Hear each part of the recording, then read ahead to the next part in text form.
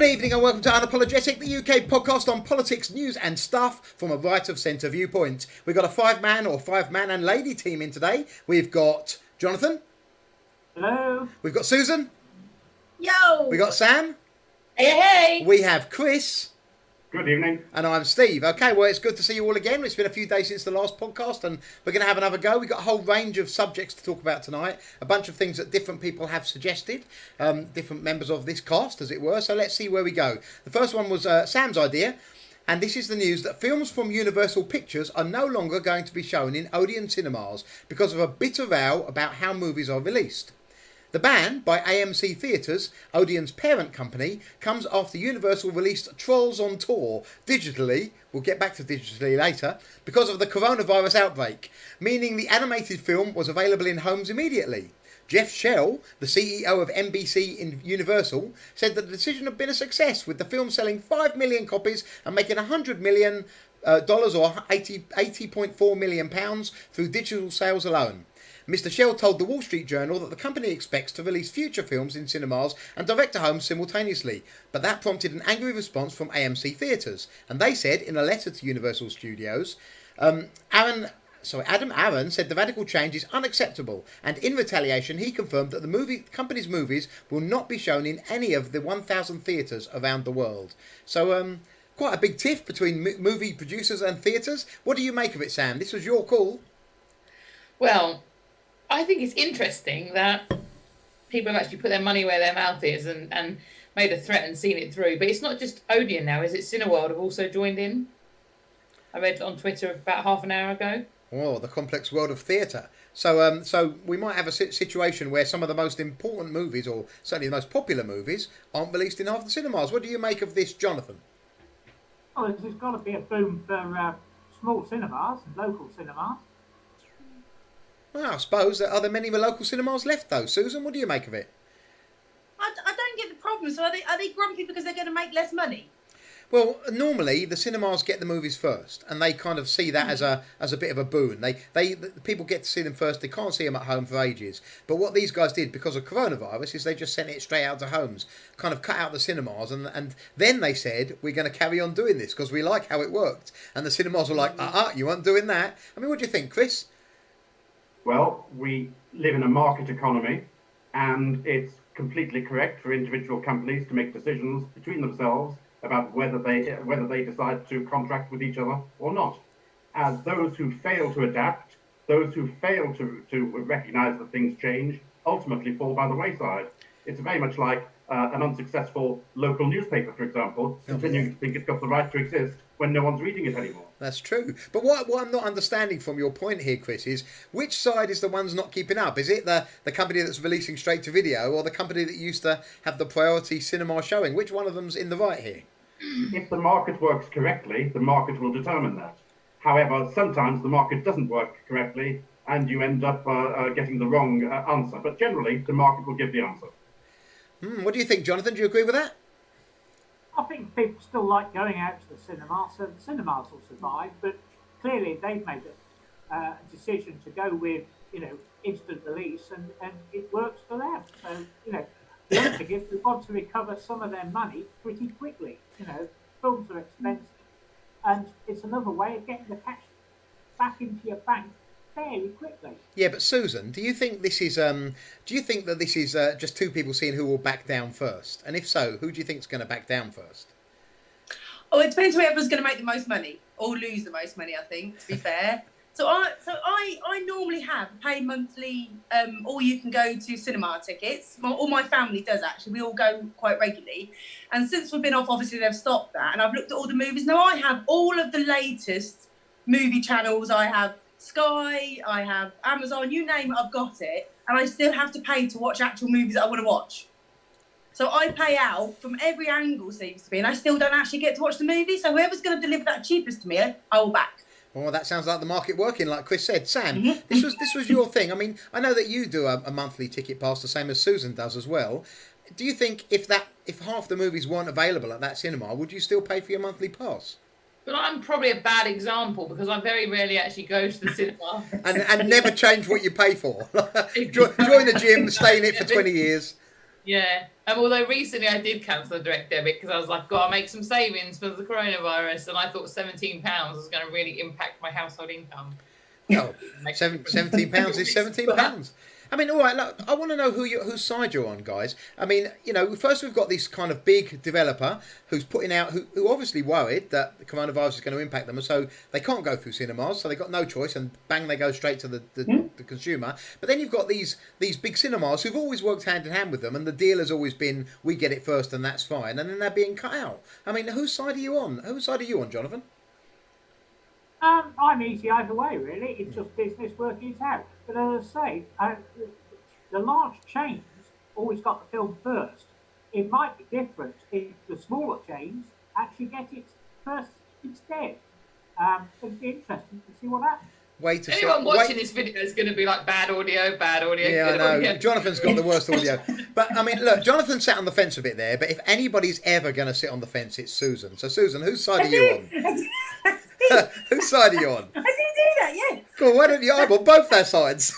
Yeah, that is totally me. I'm on my own side. I'm not on any of their side. I just want cheapest for me and the best for me and normal families, and I'll go with that choice. Okay, and Chris, to be fair, all right. Yeah, the ones that's going to deliver it straight through. I mean, I found some of the movies though doing it so it's like £15 to rent a movie. Yeah, they're not making it no cheaper for you. No, and that's what I don't like, you see, because I wouldn't pay £15. I would pay £15 for the whole month's ticket. That's right. I'm seeing So them. I don't want to pay £15. You're seeing at home. You haven't got the big screen. You haven't got the annoying woman at the beginning who announces stuff. You haven't got people with feet on your back of your seat. You're losing the whole experience, aren't you? Hey, Sam, whose side are you on here? I'm on well, Chris makes a good point. They are entitled as separate entities to make whatever deal they want, and so I support both of them in that sense. But I do kind of support the cinemas that you. Why are you laughing? Just because you're all sitting on the fence. Take a decision. Take a side. Welcome to my world. The thing is, the cinemas are having a difficult time at the moment because they're all closed, and I can understand why the movie companies have done this because they want to make money themselves, but they should be supporting the cinemas who supported them for a number of years. Yes. But the cinemas could also work harder. I mean, they should be like American cinemas and have really nice snacks, not just bland popcorn like they have in the UK. I don't know why I had the big chat bar down the side there, but I've Do got rid of it buy now. Do you still buy snacks? It's quite an experience. Of course you buy snacks. You can't go to the cinema and not have the popcorn and giant double slushy. I'm so tired. My family buys snacks, but I will go next door to the big supermarket and buy snacks for myself that are a lot cheaper. I believe that, Susan. Chris, we didn't ask you whose side you're on. Right, I'm on the side of the film distributors at this point. And the reason is that they are the ones who have the content. They're the ones who are making a decision. Now, if the if the cinemas want to try to work together to get a best deal for themselves, then so be it. I'm not sure that they're in the strongest position to do so, because there is only a certain value that experience has got over and above the content which is provided. And it's a bit like talking about entertainers and the music hall. The music hall died out, the entertainers carried on and found another medium.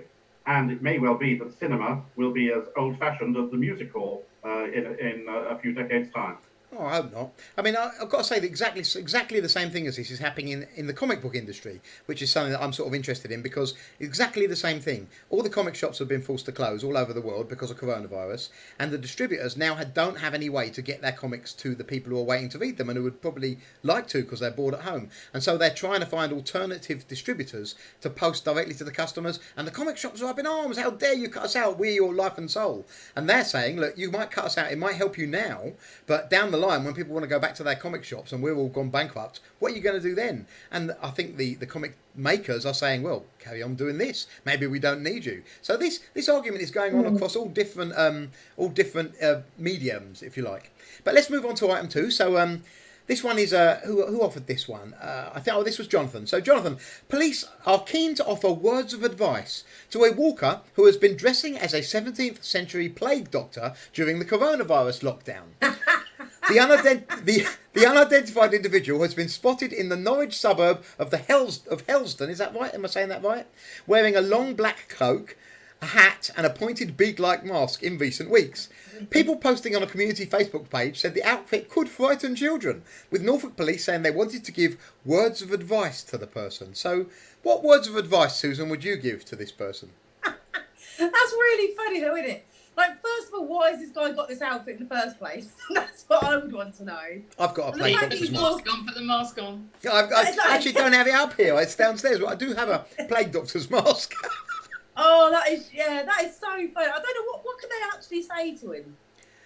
Don't do that. Like, you can't make people dress the way you want them to. Surely we've not gone that far yet. They could ask him whether it's an essential trip. Chris, what do you make of our 17th century plague doctor dresser? What do you think about it? Chris. Who? Chris. Oh. Well, people can dress as they wish. I am very much against the police trying to force through norms.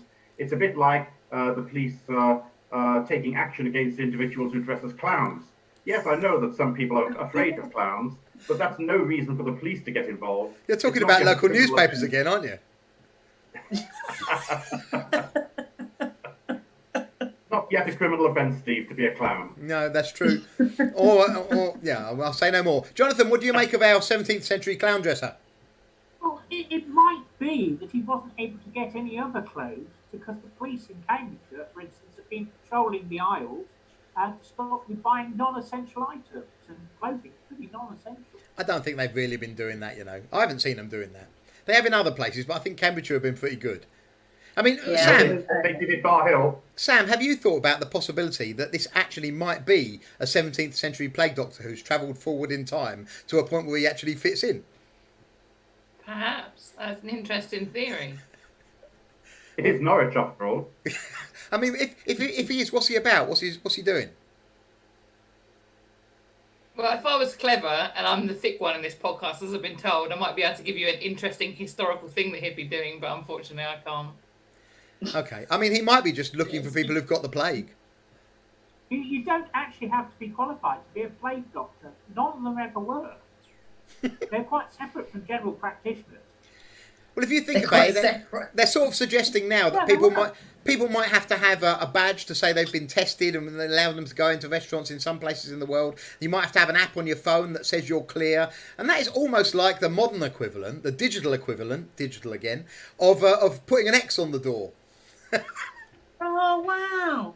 Well, either way, if anyone can get me one of them outfits, I would actually dress up as one. Was he wearing just the mask, or a mask and a Baroque outfit as well?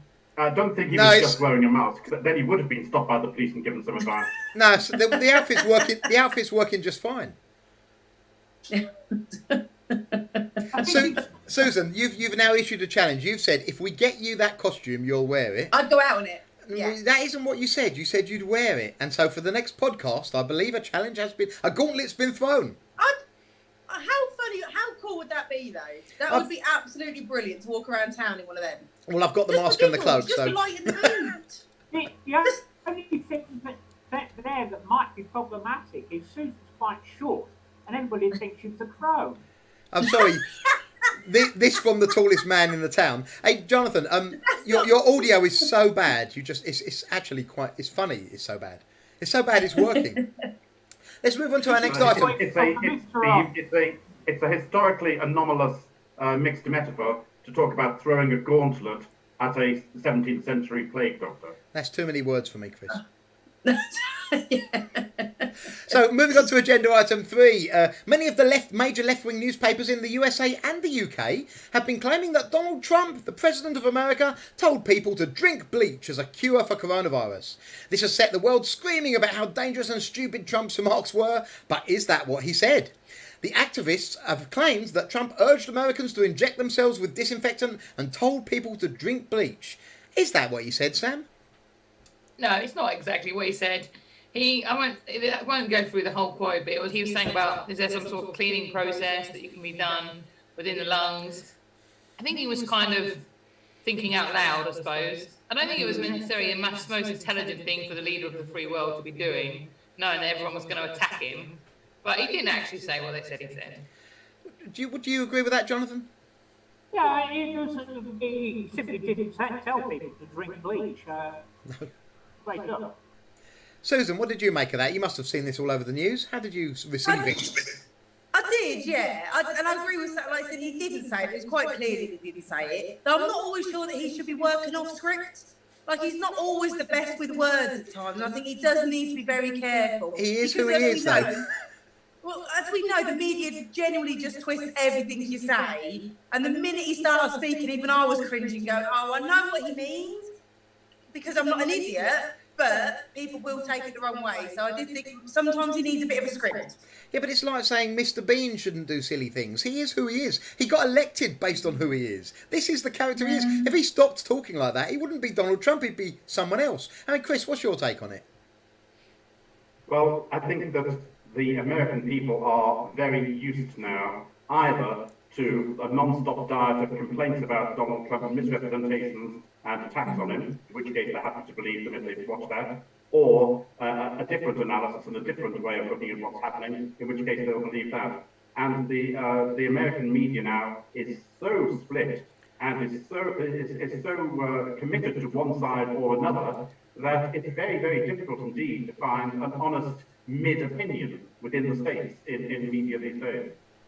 So just to give you some background, what actually happened is that a guy called Bill Bryan, who's the Undersecretary for Science and Technology, he said that they were looking at other disinfectants, specifically for combating COVID-19.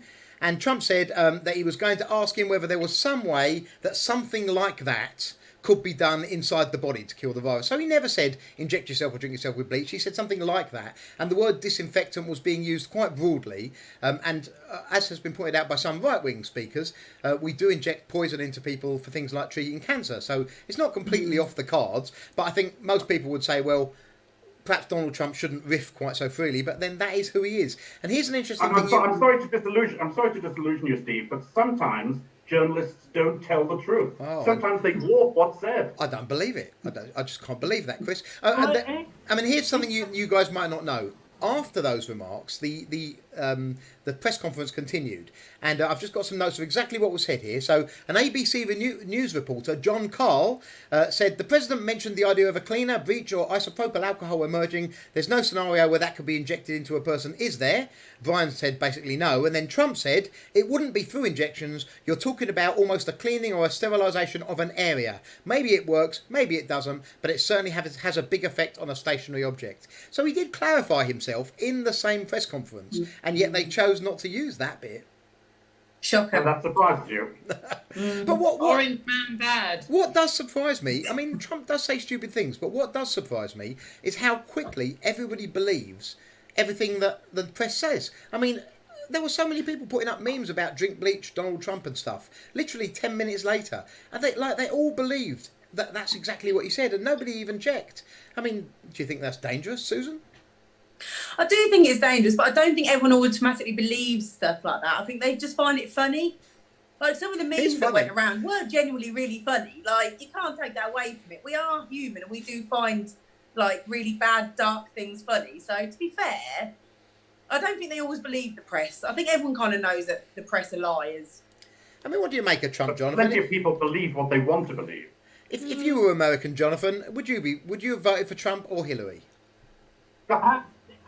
I think almost anybody would have voted for Trump and given that choice, but which is why he won.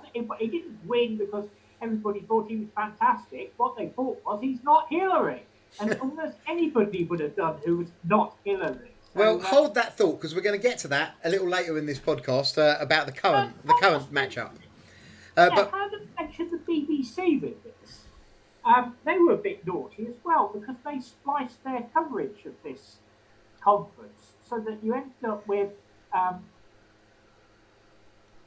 answer being given to a question that occurred 25 minutes before, being spliced together as if it was a seamless conversation. the BBC are hive of villainy. Hive of villainy. It's not just the BBC. On the subject particularly of Trump and American politics, what's really astonishing on the BBC Today programme, which is meant to be the premier news programme and meant to lead the day, time after time after time, when they're talking about American politics, they'll bring in an American to give a perspective, and every single one, almost without exception, is a Democrat. Yeah, I've Yeah, but the noticed thing that. is, with all these, the BBC will never believe they're biased. None of them do. They always say like the voice of the UK, the voice of the world, the voice of the Fens, something like that, to kind of give themselves credibility. But none of them have got any credibility because they just lie all the time. I always wonder. I mean, I sort of think these days every media source seems to be biased some way or another, and it feels like media's lost its credibility, lost its ability to actually deliver the news. But are we looking at it with rose-tinted glasses? Was there ever a time when the news was at least tried to be neutral? I mean, does anyone think No. there was? No, when I did like media studies, GCSE day one is like the media is biased. They have a bias. They tell a story how they want to tell it. How long ago was that? 15 years ago. Let's have to Okay. do some quick maths there. But there still is one newspaper which continues to be politically unbiased and has been for many years. Yeah. And what is The that? Daily Telegraph. No, the Financial Times. Oh, get If out you of want it. to get political news which isn't biased, read the Financial Times. Really? Yes. I don't know about that, Chris. I think they swing a little bit to the liberal side. Do you all read this quite often then, do you? I don't buy any newspapers anymore. There was a day. Never read it. I'm sure it's great. And then there's the problem you've got. They're all struggling for relevancy because they're all being outmoded by the social media approach. And they're desperate for clicks for their advertisers. So they come up with the most dramatic headlines in order to get someone to click on them so they can sell the clicks to the advertisers. And that's the problem. They're driven by the need for clicks, not by the need for unbiased and reasonable news. Another technique used by the BBC, which is interesting, is to then interview somebody who gives disinformation and they don't correct it. After the Donald Trump thing, they interviewed some professor from Wales who clearly had not seen the interview at all and referred to him talking about bleach. Bleach was never ever mentioned during his press conference at any stage. No. So you've got the BBC interviewing someone who's making off-the-cuff remarks with no factual basis whatsoever, and the BBC is making no attempt whatsoever to make it clear that this is complete nonsense. Instead of which, they feature him as being an authority on the subject. Well, it's time to move on, guys. So we'll move on to agenda item 4. And this one was suggested by Jonathan. So this fairly simple one. I don't know how much we'll have to say about it, but apparently a breast cancer drug is set to be approved as a groundbreaking treatment for prostate cancer. Scientists are confident that olaparib, I've no idea if I'm saying that right, olaparib, will be a revolutionary drug for patients who have cancer cells with faulty DNA repair genes. So the news here is that a medicine that was treated, or a treatment that was created for one thing, works against another thing that's completely different. I mean, it was your idea, Jonathan. What do you think about it? Well, the reason I sort of picked this was it is quite important to a lot of people who suffer from something that can kill them. And the other thing is that it shows that other medical things are going on at the same time as what we've got at the moment. Something other than COVID, yeah. Yeah. So that was why I thought draw attention to it. And I think it's also a good bit of news for anybody who's got a problem in their prostate. Not I haven't, but well, Susan isn't thrilled by your choice of subject, Jonathan. I'm really tired, sorry. All of a sudden. I know.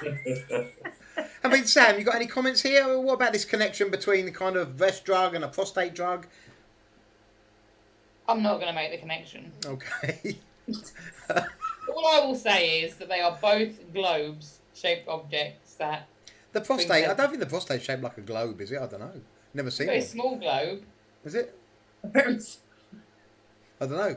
I might pull up a picture and have a look. I mean, Chris, what do you make of this? It's quite common, isn't it, for one drug to work on another illness? Do you think that happens a Well, lot? I don't think it's particularly newsworthy that a drug which is able to deal with one type of cancer is found also to be able to deal with another type of cancer, although it's not. It doesn't go with. It's not a natural thing that it always happens.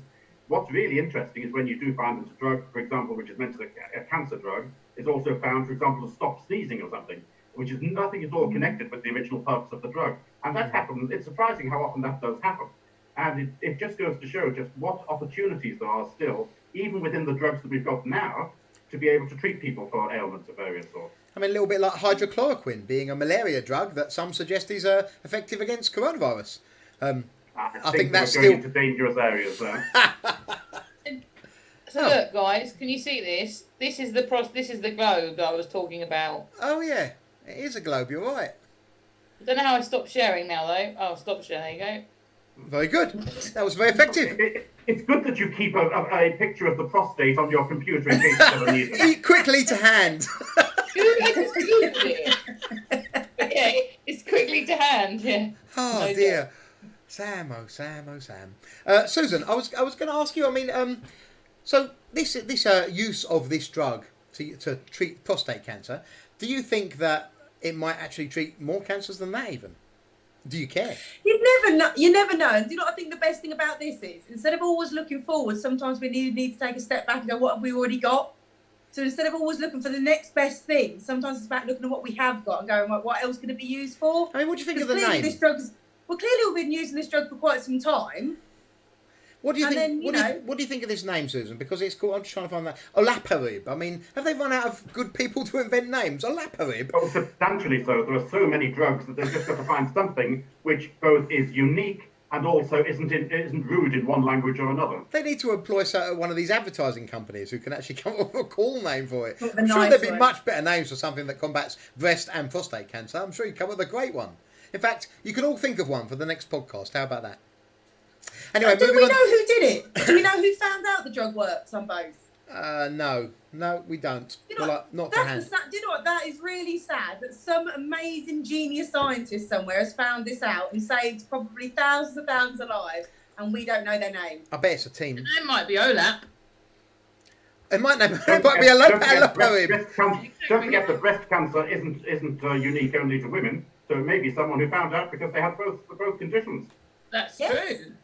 Yeah, both, and they used it for treating one, and they both cleared up, and they were like, It "Win!" doesn't mean they were necessarily a male. They could have been transgender, That's right. non-binary, gender fluid. Still on that dangerous territory that Chris was referring to.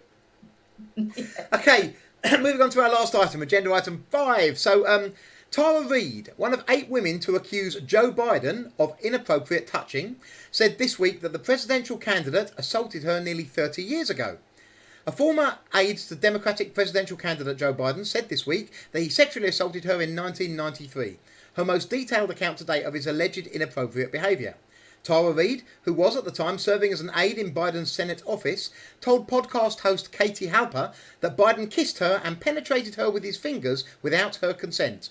Reid said she pushed Biden off her and he allegedly became annoyed and said, "Come on, man, I heard you liked me." Now, this has been all over social media and loads of people are making news of this.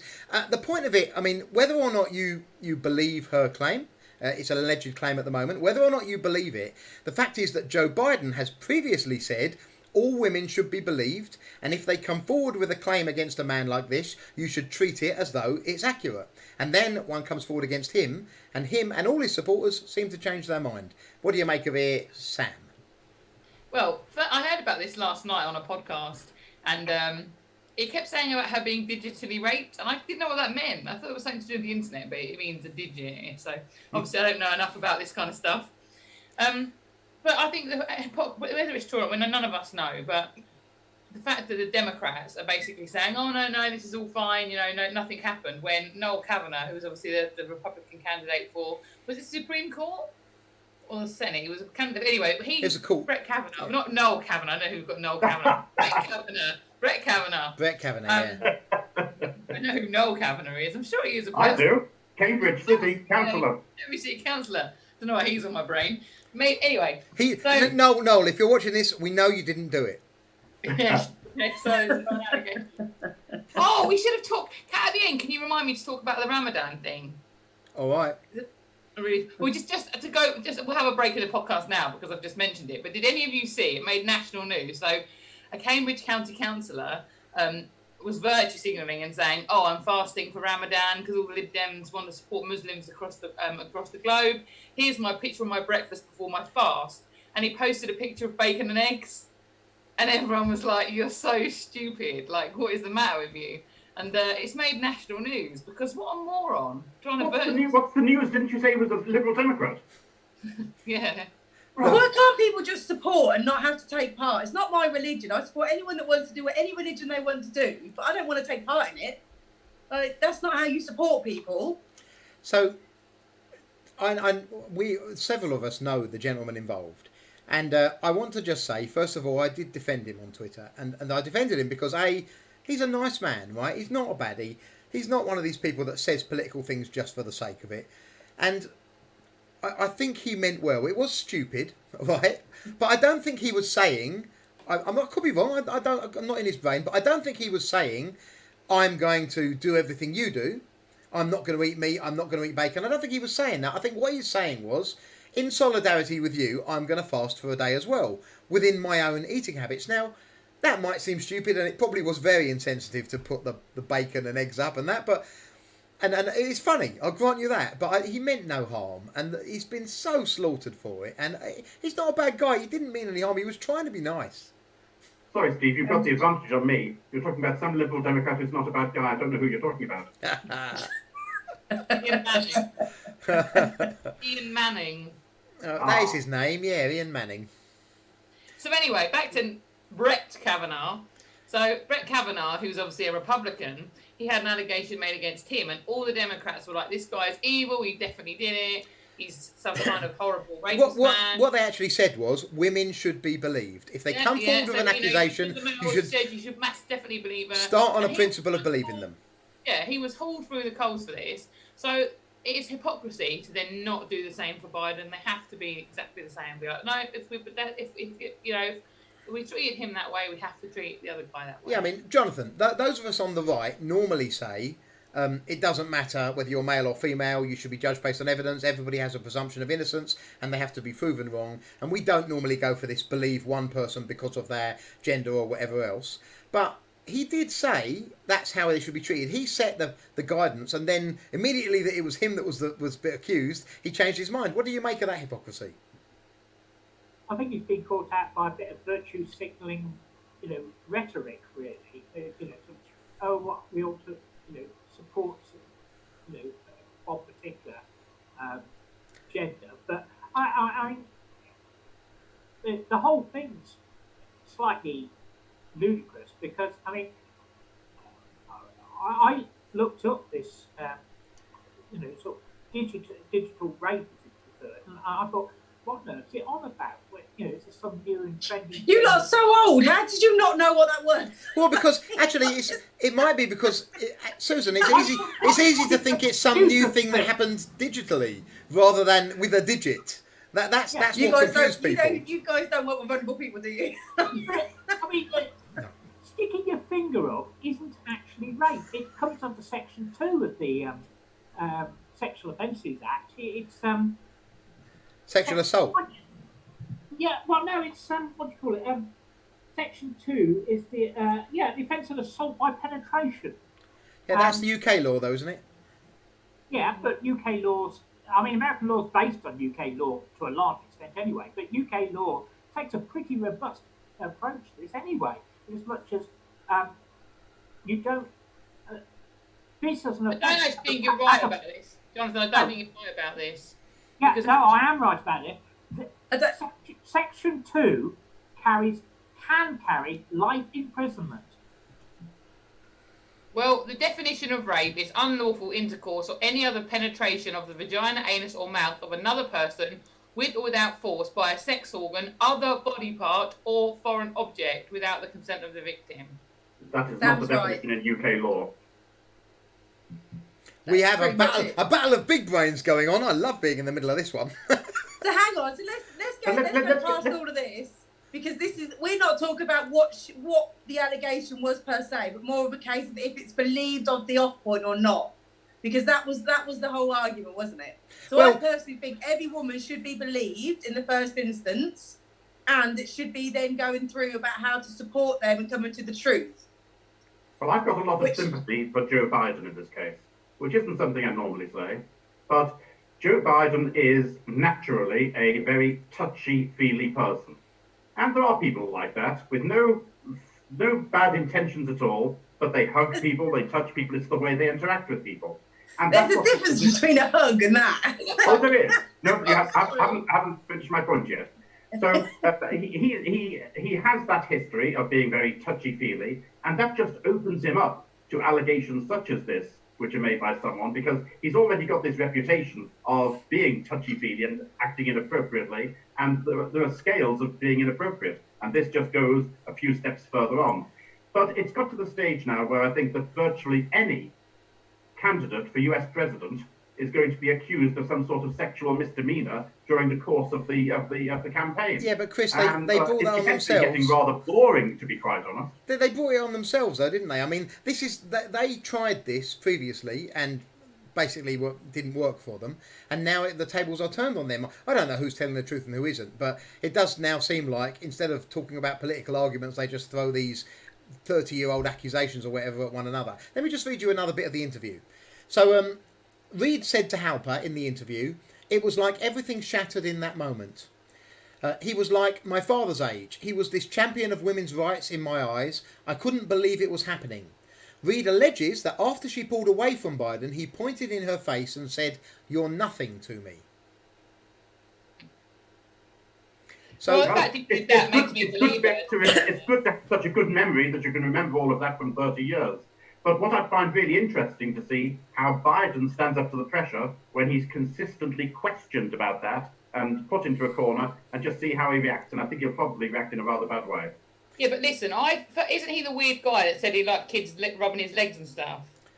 yeah, that was his video, yes. Exactly, right? So he's already got form. Second of all, you're saying about who can remember it from those years ago, but Everyone can. Actually, yeah, I'm related to a person that has worked in child sexual abuse for many years. He's retired now, but he said, like, often in genuine cases, you remember everything. You know, no matter how long ago, you can tell you what the colour of the walls were, what shirt they were wearing, everything, because that moment in your mind is so real.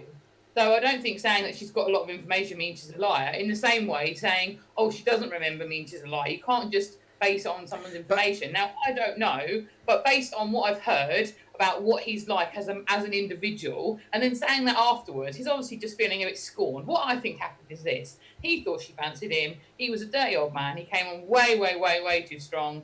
And then she was like, no. And this is my no-no square and stuff, like we've discussed last time.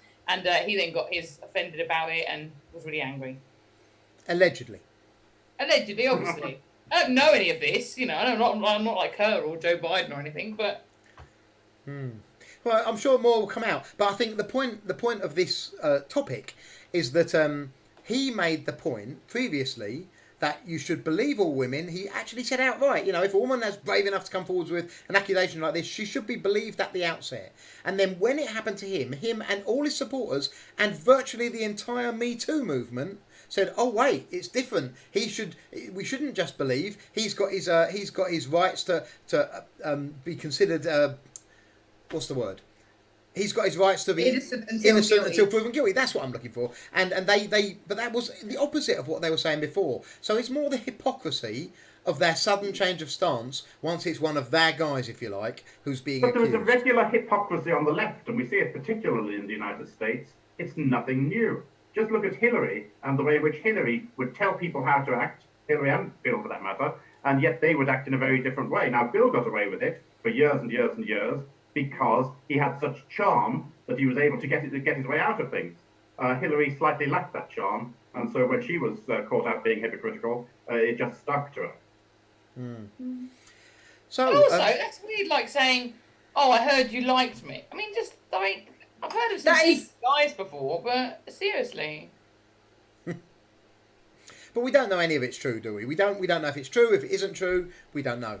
But I just found the whole story, the hypocrisy of the story, interesting, because this movement that set itself up to champion women immediately changed their mind when the woman wasn't of the same political belief as them. What do you think? And that's really sad, actually. That genuinely is really, really sad, is that women can change their rights, or women can advocate for rights for women and then take them away the minute they didn't agree with it. That's really sad. Do you think he's guilty or not? I don't know if he's guilty or not. I do think it needs to be investigated. The trouble is, I mean, I don't know if you guys have been watching Joe Biden recently answering questions, but it looks like there's something wrong. I mean, people are suggesting that he is deteriorating. I don't know if that's the case or not, but it's not right. He's definitely worse than he was even last year. and he's getting mixed up all the time, and he's answering gobbledygook almost. And this is the guy How that old is is going. I think I don't know. He's in his late 70s, 80s. I don't know.